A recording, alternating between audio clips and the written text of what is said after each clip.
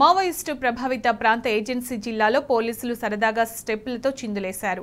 Parliament ఎన్నికలను విజయవంతంగా నిర్వహించిన నేపథ్యంలో భద్రాద్రి కొత్తగూడెం జిల్లా ఎస్పీ ఆధ్వర్యంలో సక్సెస్ మీట్ నిర్వహించారు. పాల్వంచలోని ఓ ఫంక్షన్ హాల్లో జరిగిన కార్యక్రమంలో జిల్లా ఎస్పీ రోహిత్ రాజ్ తనదైన శైలిలో డాన్స్ స్టెప్పులతో అదరగొట్టారు. సోషల్ మీడియాలో SP Rohit Raj dance viral అవుతోంది.